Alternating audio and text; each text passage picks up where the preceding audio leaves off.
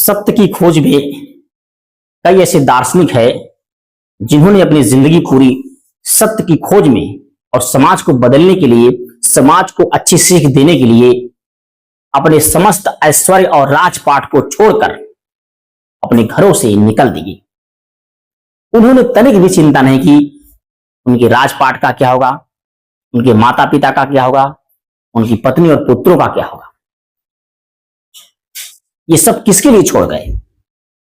हमारे समाज के लिए, हम सबको एक सीख देने के लिए उन्होंने अपने समस्त ऐश्वर्य राजपाट छोड़कर समाज के लिए कीर्तिमान स्थापित कर गए, जिसमें से कुछ ऐसे व्यक्ति हैं जिनके बारे में आज हम बात करेंगे।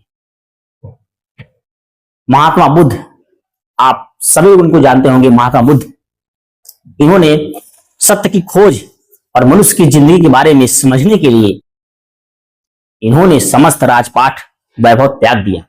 कहा जाता है कि जब ये छोटे थे तब इनके पिता ने एक स्वप्न देखा और स्वप्न को जानने और पहचानने के लिए जब महात्मा के पास गए तो वो बताते हैं कि आपका जो पुत्र है या तो बहुत बड़ा प्रतापी राजा बनेगा या तो बहुत बड़ा धर्मात्मा बनेगा जो समस्त दुनिया को संदेश देता फिरेगा।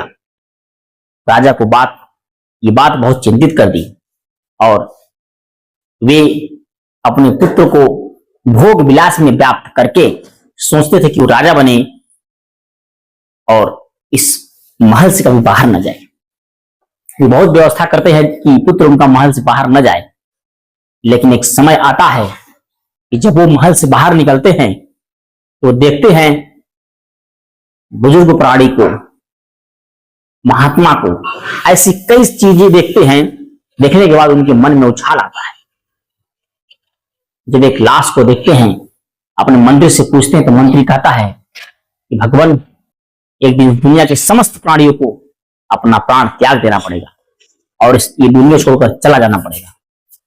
एक महात्मा को देखते हैं तो पूछते हैं ये क्या कर रहा है, तो बताते हैं ये सत्य की खोज में अपने आप को समस्त राजपाट वैभव से दूर कर लिया और भगवान के ईश्वर की प्राप्ति करने के लिए ये घर से बाहर निकल गया।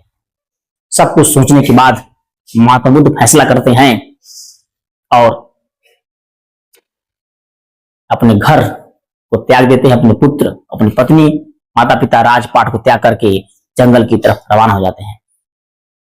35 वर्ष की अवस्था में उन्हें ज्ञान की प्राप्ति होती है और अपना सर्वप्रथम उपदेश सारनाथ में देते हैं।